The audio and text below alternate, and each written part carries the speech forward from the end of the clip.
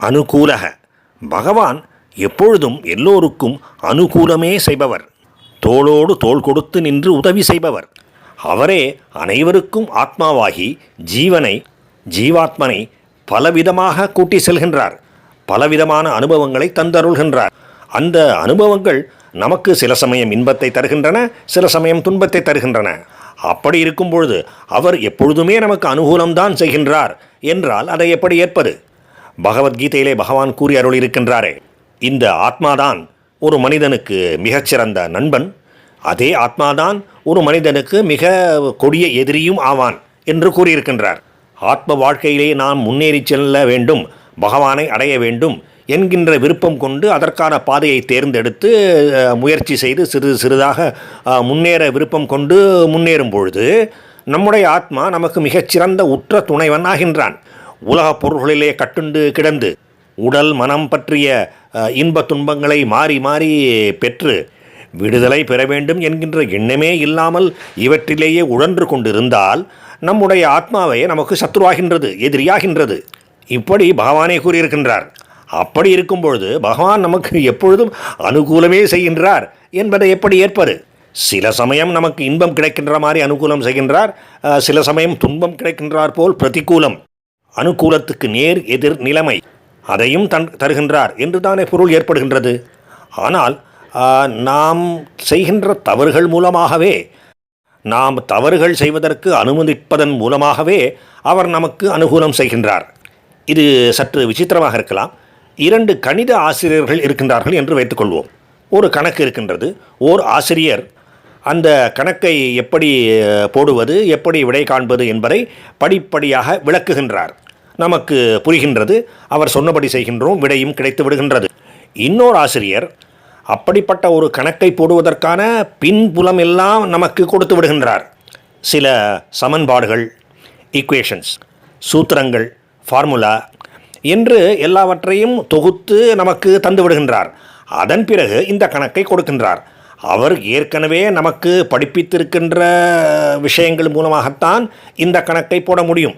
ஆனாலும் பல சந்தர்ப்பங்களிலே அந்த பழைய உண்மைகளையெல்லாம் பகுத்து தொகுத்து இந்த கணக்கை போட முடியாமல் இருக்கலாம். அதனால் முதலிலே ஏதோ ஒரு விதத்திலே முயற்சி செய்கின்றோம், விடை கிடைக்கவில்லை.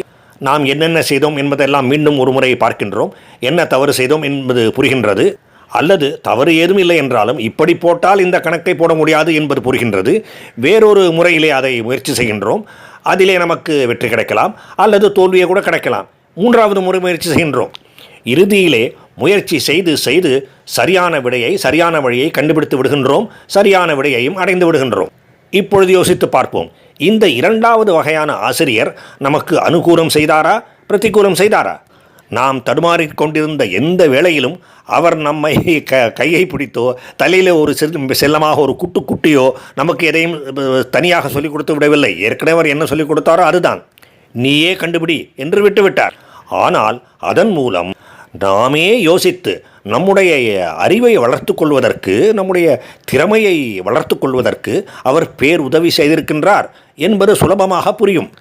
எனவே அவரும் நமக்கு அனுகூலத்தை செய்தவராகவே ஆகின்றார். இப்படித்தான் பகவானும் நமக்கு எப்பொழுதும் அனுகூலம் செய்த வண்ணமே தான் இருக்கின்றார். பகவான் நம்மை நிரந்தரமாக வீண் போக விடுவதில்லை.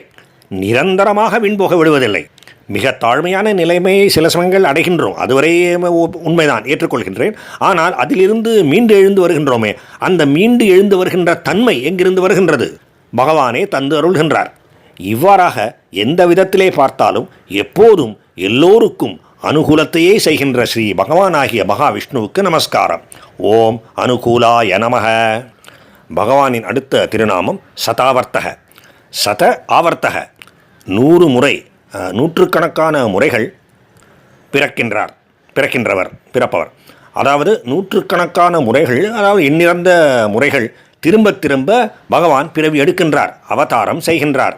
தர்மத்தை காப்பதற்காகவும், சாதுக்களை ரட்சிப்பதற்காகவும், துஷ்டர்களை அழித்து ஒழிப்பதற்காகவும் அவர் அவதாரம் செய்கின்றார். இப்படி பல 100 முறைகள் செய்கின்றார். இங்கே சத என்றால் 100 என்று பொருள், ஆனால் நூற்றுக்கணக்கான முறைகள் என்று புரிந்து கொள்ள வேண்டும். அவர் எடுக்கின்ற அவதாரங்களை ஓர் எண்ணிக்கையிலே அடக்கிவிட முடியாது. 100, 1000, 23,500 என்றெல்லாம் வரையறுத்து விட முடியாது. யதா யதாஹி தர்மஸ்ய கிளானிர் பவதி பாரத அபியுத்தான அதர்மஸ்ய ததாத்மானம் சிருஜாம்யகம்.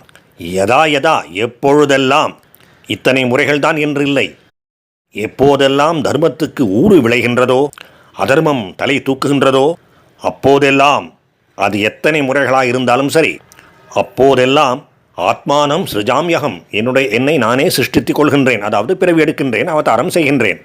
அப்படி நூற்றுக்கணக்கான அவதாரங்களை எடுத்து எல்லா உலகங்களையும் ரட்சிக்கின்ற பகவானுக்கு நமஸ்காரம். ஓம் சதாவர்த்தாய நமக.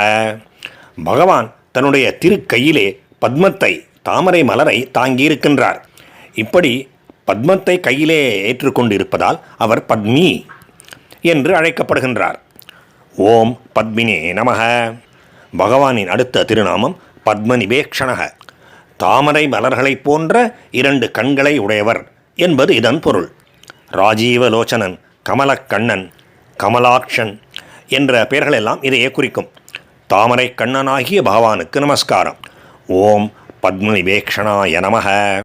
பகவானுக்கும் பகவானின் திருநாமங்களுக்கும் பக்தர்களுக்கும் நமஸ்காரம்.